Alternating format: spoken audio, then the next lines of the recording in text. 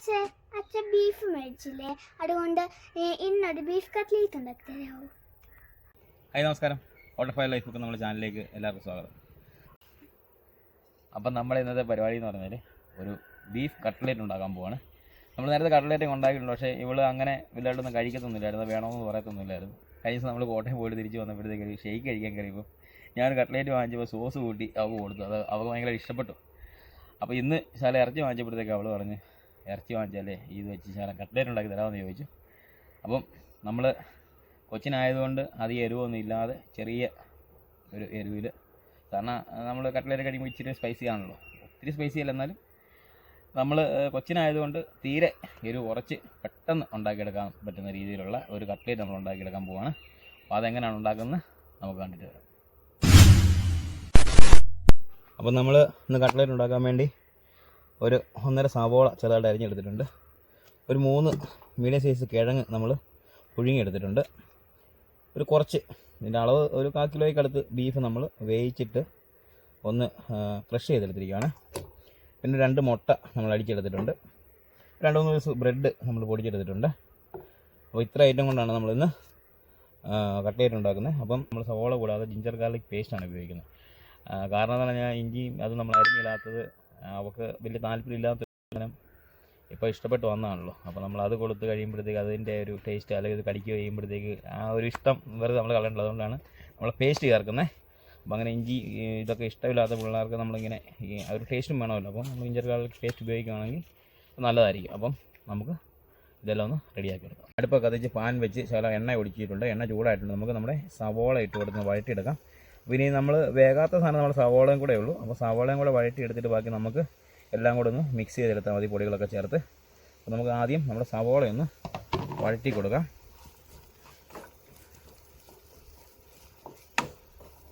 നമ്മൾ ginger garlic paste ചേർക്കുമ്പോൾ നമുക്ക് നല്ലപോലെ ഒന്ന് വഴറ്റിയെടുക്കാം. നമ്മൾ പച്ചമുളക് ഒന്നും ചേർക്കുന്നില്ല. നമ്മൾ കുരുമുളക് പൊടിയുടെയും ശകലം മുളക് പൊടിയുടെയും മാത്രമേ എരിവുള്ളൂ. അപ്പോൾ നമ്മൾ തീരെ എരിവ് കുറച്ചാണ് ഉണ്ടാക്കുന്നത്. അപ്പോൾ നമുക്ക് നമ്മളെ സവോളയ്ക്ക് ഒന്ന് വഴന്ന് കിട്ടാൻ വേണ്ടി ആവശ്യത്തിന് ഉപ്പ് ചേർത്ത് കൊടുക്കാം. സാധാരണ കുക്ക് ചെയ്യുമ്പോഴൊന്നും എൻ്റെ കൂടെ നിൽക്കുന്ന ആളല്ല. ഇപ്പം കട്ട്ലേറ്റാന്ന് പറഞ്ഞത് ഉണ്ടാക്കുന്നത് കാണാൻ വേണ്ടി വന്ന് അടുത്ത് നിൽക്കുമല്ലോ.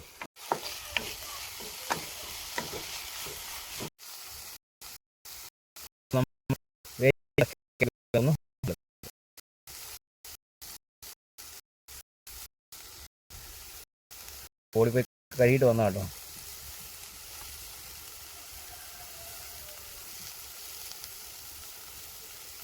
സാധാരണ ചിലർ എളുപ്പത്തിന് വേണ്ടിയിട്ട് നമ്മുടെ കിഴങ്ങൊക്കെ മിക്സിയിലിട്ട് അടിക്കും. പക്ഷേ മിക്സിയിലിട്ട് അടിക്കല്. മിക്സിയിലിട്ട് അടിച്ച് കഴിയുമ്പോഴത്തേക്ക് അങ്ങ് കുഴഞ്ഞു പോകാനുള്ള വരുമുണ്ട്. അപ്പോൾ നമ്മൾ ഇത് കട്ട്ലേറ്റ് പിടിക്കുമ്പോഴത്തേക്ക് നമുക്കത് ലൂസായിപ്പോവും. ആ ഒരു കറക്റ്റ് സ്ട്രക്ചറിൽ കിട്ടത്തില്ല. ലൂസായി പോയി കഴിഞ്ഞാൽ പിന്നെ നമ്മൾ കണ്ടവനം ബ്രെഡ് പൊടിയൊക്കെ ചേർക്കേണ്ടി വരും. ഇതാകുമ്പോഴത്തേക്ക് ഈ ഒരു പരുവത്തിൽ നമുക്ക് കിട്ടിയാൽ നമുക്ക് ബ്രെഡ് പൊടി ഒന്ന് ഡിപ്പ് ചെയ്തെടുത്താൽ മാത്രം മതി.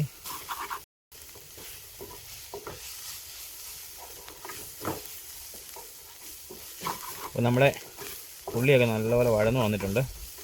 പിന്നെ നമുക്ക് ആവശ്യമുള്ള പൊടികളൊക്കെ ഒന്ന് ചേർത്ത് കൊടുക്കാം. നമുക്ക് 1 നുള്ള് മഞ്ഞൾ പൊടി,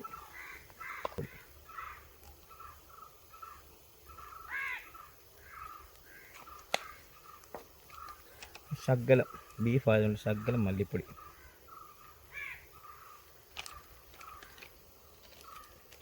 കുറച്ച് മീറ്റ് മസാല, ശകലം മതി കേട്ടോ.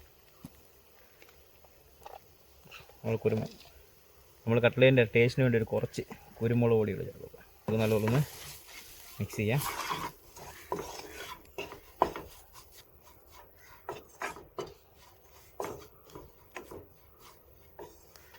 നമുക്കിനി തീ നല്ലപോലെ കുറച്ചിട്ട് നമ്മുടെ കിഴങ്ങ് ഇതിലേക്ക് ഇട്ട് കൊടുക്കാം.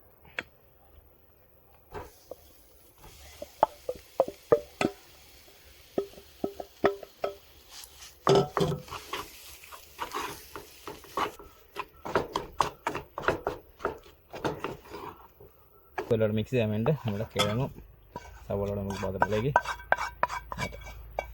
നമ്മൾ വേവിച്ച് വെച്ചിരിക്കുന്ന ബീഫ് കൂടെ ഇതിൻ്റെ അതിൽ ഇട്ട് കൊടുത്ത് നല്ലപോലെ ഒന്ന് മിക്സ് ചെയ്തെടുക്കാം. നമുക്ക് നല്ലപോലെ ഒന്ന് മിക്സ് ചെയ്യാം.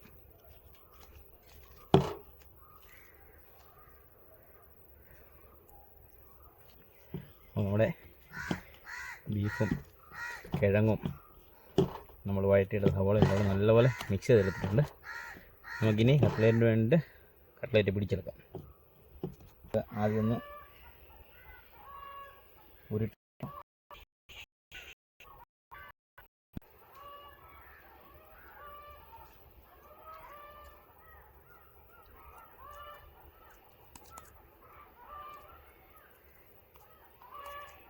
നമുക്കൊന്ന് മുട്ടയിലൊന്ന് ഡിപ്പ് ചെയ്തെടുക്കാം.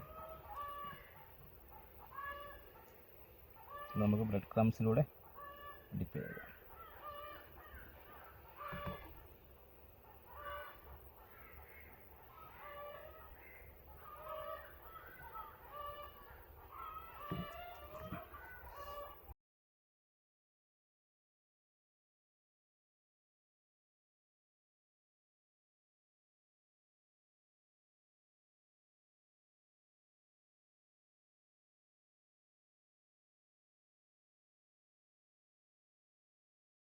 നമ്മൾ നമ്മുടെ കട്ട്ലേറ്റൊക്കെ നല്ലപോലെ മുട്ടയിലൊക്കെ ഡിപ്പ് ചെയ്ത് ബ്രെഡ് ക്രംസിലൊക്കെ മുക്കി നല്ല റെഡിയാക്കി എടുത്തിട്ടുണ്ട്.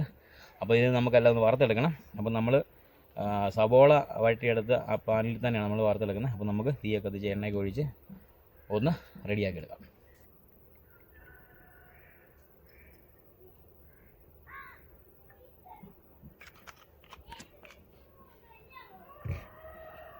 നമ്മൾ ഓയിൽ ഒഴിച്ച് കൊടുത്തിട്ടുണ്ട്. കണ്ടമാനം ഓയിൽ ഒഴിച്ചിട്ടില്ല. നമ്മൾ ജസ്റ്റ് ഒന്ന് ഒരു പകുതി ഭാഗം മുങ്ങിക്കിടന്നാൽ നമ്മൾ തിരിച്ച് മറിച്ചിട്ട് നമുക്ക് ഫ്രൈ ചെയ്തെടുത്താൽ മതി.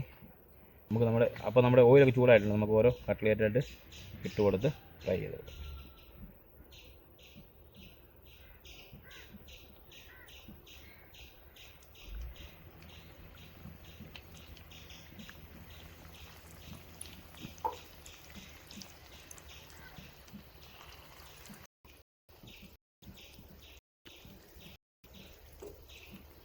നമുക്കിനി ജസ്റ്റ് ഒന്ന് മറിച്ചിട്ട് കൊടുക്കാം.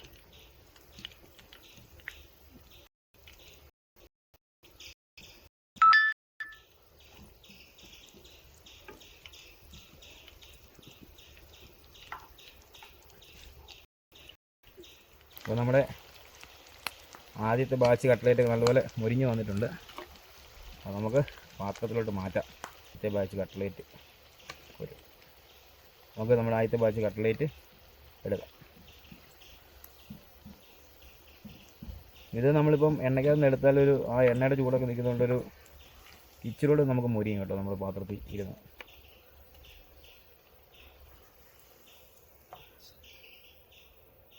നമ്മൾ ആദ്യത്തെ ബാച്ച് കട്ട്ലേറ്റ് വറുത്തെടുത്തിട്ടുണ്ട്.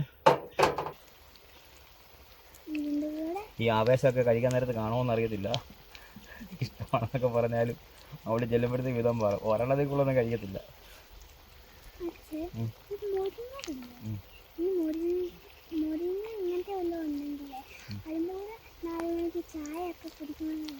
നല്ലതാണോ? ആരാ പറഞ്ഞു?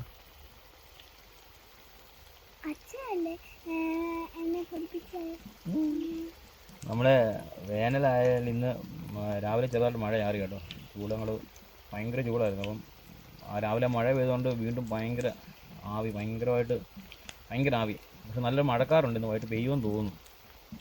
വേനൽ മഴ കിട്ടുന്നത് നല്ലതാണല്ലോ, കൂടുതലും വൈകിട്ടൊക്കെ. അപ്പോൾ നമ്മുടെ അടുത്ത ബാച്ച് കട്ട്ലേറ്റ് റെഡി ആയിട്ടുണ്ട്. നമുക്ക് അതും എടുക്കാം.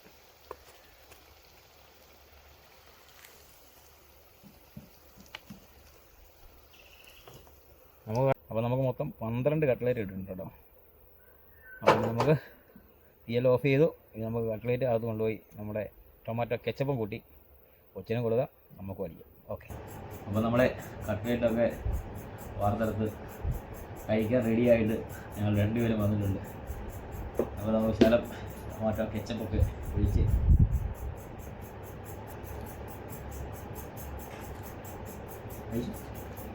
എനിക്ക് എൻ്റെ കൈ പോലും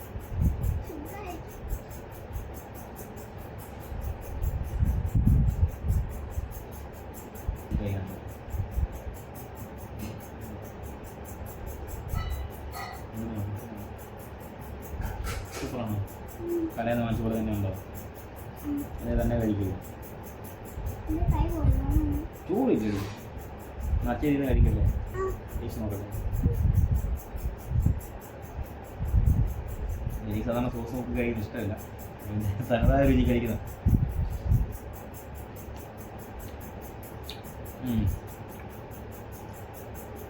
സോസ് ഇല്ലാതെ കഴിക്കുന്നത് എനിക്ക് ഇഷ്ടമാണ്. എൻ്റെയും ബേക്കറിയിൽ നിന്ന് വാങ്ങിക്കുന്നത് ഏറ്റവും ഫേവറേറ്റ് ബീഫ് കട്ട്ലേറ്റ്. നമ്മൾ പണ്ട് മിൽമ ഷോപ്പ് ഉണ്ടായിരുന്നു, അവിടുത്തെ കട്ട്ലേറ്റ് എന്ന് പറഞ്ഞാൽ അതിൻ്റെ രുചി ഇപ്പോഴും വായിന്ന് പോലും. സ്കൂളിൽ പോയിട്ടുള്ള സമയത്ത് വാങ്ങിച്ച് കഴിക്കുന്ന സാധനങ്ങൾ അന്ന് എനിക്ക് തോന്നുന്നത് 2,000 രൂപ 3,000 രൂപ വരെ. ഇന്ന് ആ സ്ഥാനത്ത് 15 രൂപ വരെ. നമ്മൾ മിക്ക ദിവസങ്ങളിലും ഇറച്ചി മീനൊക്കെ വാങ്ങിക്കുന്ന ആൾക്കാരാണ് നമ്മൾ. ബീഫൊക്കെ വാങ്ങിക്കുമ്പം എല്ലാവരും ഇതുപോലെ ഒന്ന് ഫ്രൈ ചെയ്ത് നോക്കുക. ഫ്രൈ ചെയ്ത് നോക്കിയിട്ട്